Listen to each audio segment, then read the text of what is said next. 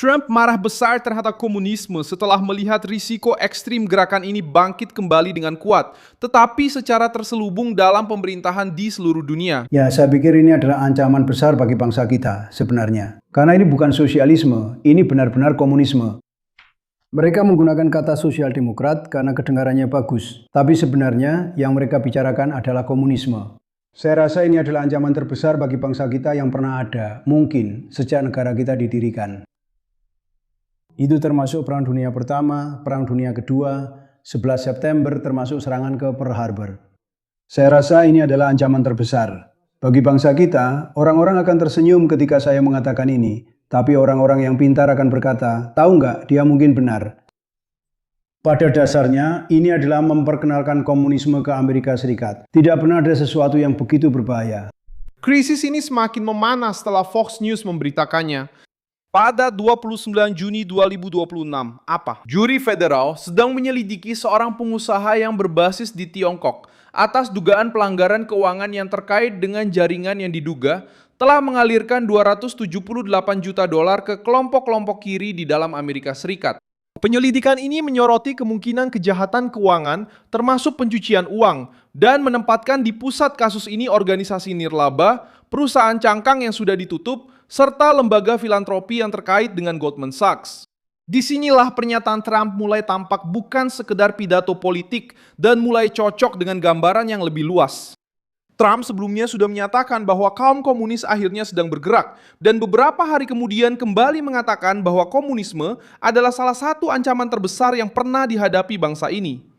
Apa yang sebenarnya ada di balik jaringan ini?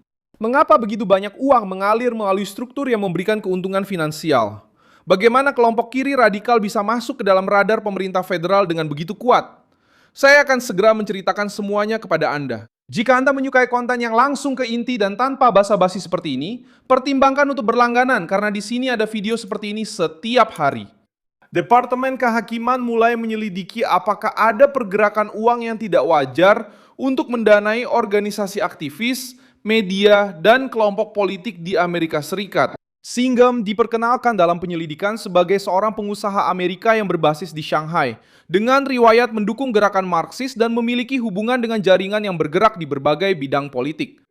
Kecurigaan utama adalah bahwa uang tersebut masuk ke dalam sistem melalui saluran formal, melewati lembaga perantara, dan kemudian sampai ke kelompok-kelompok yang memiliki aktivitas ideologis yang intens. Kasus ini menarik perhatian karena bukan merupakan unggahan yang terpisah atau pernyataan sembarangan dalam kampanye. Fox News melaporkan bahwa Singham diduga telah mengarahkan 278 juta dolar dari Shanghai melalui 3 jalur utama. Cabang filantropi Goldman Sachs, sebuah perusahaan bernama Mutot LLC, dan satu lagi bernama Likewise Conceptions LLC, yang keduanya sudah ditutup. Setelah itu, menurut laporan tersebut, dana tersebut diduga telah disalurkan ke 6 organisasi nirlaba. Poin yang paling eksplosif adalah ini. Uang yang tampak seperti dana filantropi sedang diselidiki karena kemungkinan digunakan untuk tujuan politik dan ideologis. J.C. Smith, anggota DPR dari Partai Republik dan Ketua Komite Ways and Means DPR, sudah lama menekan organisasi-organisasi yang terkait dengan jaringan ini. Pada 5 Mei 2026, komite tersebut menuntut dokumen dari Breakthrough News, Tricontinental, dan The People's Forum dengan menyatakan kekhawatiran tentang sumber pendanaan dan sponsor fiskal. Pernyataan resmi dari komite tersebut menyatakan bahwa entitas-entitas ini merupakan bagian dari jaringan organisasi nirlaba di Amerika Serikat yang memiliki keterkaitan dengan Partai Komunis Tiongkok, baik dari segi pendanaan maupun sponsor. Jaringan ini terdiri dari organisasi nirlaba di Amerika Serikat. Komite organisasi nirlaba merupakan bagian dari organisasi nirlaba. Pernyataan resmi dari komite tersebut menyebutkan bahwa pernyataan Jason Smith memiliki bobot karena dia tidak memperlakukan kasus ini sebagai hal yang sepele dan berkaitan dengan organisasi nirlaba. Anggota parlemen tersebut mengatakan bahwa ada urgensi untuk mengetahui apakah sumber pendanaan dan struktur pajak telah membantu menebar kekacauan dan kekerasan di Amerika Serikat atas nama aktor asing. Tuan-tuan, 2 hari yang lalu, komite menuntut dokumen dan data pajak. Mereka menyatakan bahwa organisasi nirlaba di Amerika Serikat adalah nirlaba. De ativistas de esquerda. Mereka dipanggil oleh Departemen Keuangan Amerika Serikat. Kenapa? Coba tebak. Sepertinya mereka benar-benar menerima uang dari rezim asing yang bermusuhan untuk menyebarkan propaganda anti-Amerika di seluruh wilayah Amerika Serikat.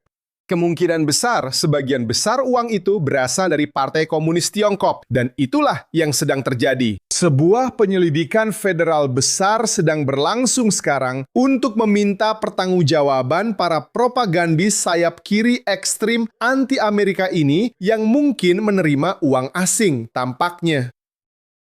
Tuntutan ini memang menargetkan hal yang paling dikhawatirkan oleh kelompok kanan Amerika. Penggunaan manfaat hukum, pembebasan pajak, dan kedok sosial untuk melindungi sebuah operasi politik. Ketika uang masuk sebagai filantropi dan keluar sebagai mobilisasi ideologis, pengawasan menjadi masalah keamanan nasional. Trump datang ke debat ini dengan nada peringatan. Pada 26 Juni 2026, selama acara Faith and Freedom Coalition di Washington, dia mengatakan bahwa kemenangan terbaru kandidat sayap kiri di New York merupakan ancaman serius bagi bangsa Amerika. Reuters mencatat bahwa Trump menggunakan kemajuan sayap kiri ini untuk memperkuat serangan terhadap apa yang dia sebut sebagai komunisme, khususnya menyoroti pertumbuhan sosialis demokrat di dalam Partai Demokrat. Alarm sedang berbunyi di seluruh Amerika. Presiden Donald Trump mengatakan bahwa para komunis akhirnya sedang bergerak, memperingatkan bahwa menurut pandangannya, ide-ide politik dan ekonomi sayap kiri ekstrim sedang memperoleh kekuasaan. Trump berpendapat bahwa komunisme berasal dari janji yang sederhana. Pemerintah akan memberikan semua yang diinginkan rakyat, tetapi janji itu ada harganya, yaitu mengambil kekayaan dan kepemilikan dari mereka yang telah memperolehnya. Bagi Trump, sejarah adalah buktinya. Para kritikus komunisme sering menunjuk pada bekas Uni Soviet, Tiongkok di era Mao, Kuba, dan Venezuela sebagai contoh di mana kontrol terpusat menyebabkan kelangkaan, penurunan ekonomi, penurunan standar hidup, dan penindasan politik. Para sejarawan dan ekonom masih memperdebatkan penyebab, konteks, dan pelajaran dari pengalaman-pengalaman tersebut. Namun Trump membingkai perdebatan saat ini sebagai sesuatu yang melampaui politik. Dia menyajikan hal ini sebagai persoalan ideologis, sebuah perdebatan teologis tentang masa depan Amerika, kapitalisme, sosialisme, atau sesuatu yang lebih radikal, dan pesan akhirnya sangat jelas, permainan telah dimulai. Pada 29 Juni 2026 di Gedung Putih, Trump melangkah lebih jauh dengan mengatakan bahwa sosialisme yang digunakan oleh kelompok-kelompok tersebut pada kenyataannya adalah komunisme dengan nama lain. Dia menyatakan bahwa ancaman tersebut akan menjadi salah satu yang terbesar yang pernah dihadapi Amerika Serikat, dengan menyebut Perang Dunia Pertama, Perang Dunia Kedua, 11 September, dan Pearl Harbor sebagai perbandingan yang sepadan. Rangkaian peristiwa membantu menjelaskan mengapa wacana tersebut semakin berkembang. Pertama, kemenangan mulai diraih, terutama dari tokoh-tokoh yang lebih kiri dalam persaingan internal Partai Demokrat. Setelah itu, muncul pernyataan dari Trump yang memperingatkan bahwa kaum komunis sedang bergerak. Selanjutnya, muncul informasi bahwa juri federal sedang menyelidiki Singham dan dugaan jaringan pendanaan sebesar 278 juta dolar. Kiri radikal tidak hanya mendapatkan ruang dalam wacana, tetapi juga mendapatkan dukungan struktural, dana, dan perlindungan institusional untuk beroperasi di dalam Amerika Serikat. Kasus ini juga terkait dengan penyelidikan tentang perjalanan ke Kuba yang melibatkan influencer Hasan Piker dan Medea Benjamin, salah satu pendiri Code Pink.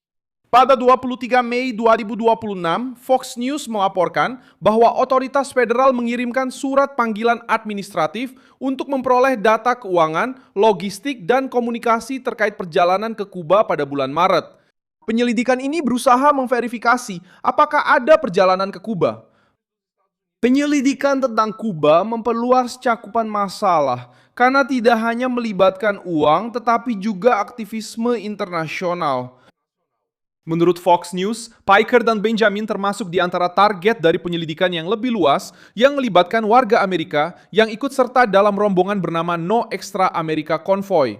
Laporan tersebut menunjukkan bahwa pihak berwenang ingin memahami apakah ada pendanaan yang terkoordinasi atau pengiriman barang ke Kuba yang bertentangan dengan peraturan Amerika Serikat. Pada titik inilah pidato Trump melawan komunisme mulai mendapat pembuktian dalam kasus-kasus konkret yang sedang diselidiki oleh lembaga federal. Rick Scott bereaksi keras terhadap kasus Kuba. Senator Partai Republik itu menyatakan bahwa Hasan Piker dan Kurt Pink pergi ke Kuba, menginap di Hotel Bintang 5, mendekati anggota rezim komunis dan mengabaikan para tahanan politik. Ini bukan sekadar perselisihan pendapat. Kekhawatirannya adalah apakah organisasi yang beroperasi di dalam Amerika Serikat menerima dukungan tidak langsung dari kepentingan asing untuk mempengaruhi protes, media, universitas, dan debat publik. Ketika uang berasal dari luar negeri, melewati struktur pajak, dan berakhir pada mobilisasi politik, batas antara filantropi dan campur tangan menjadi berbahaya.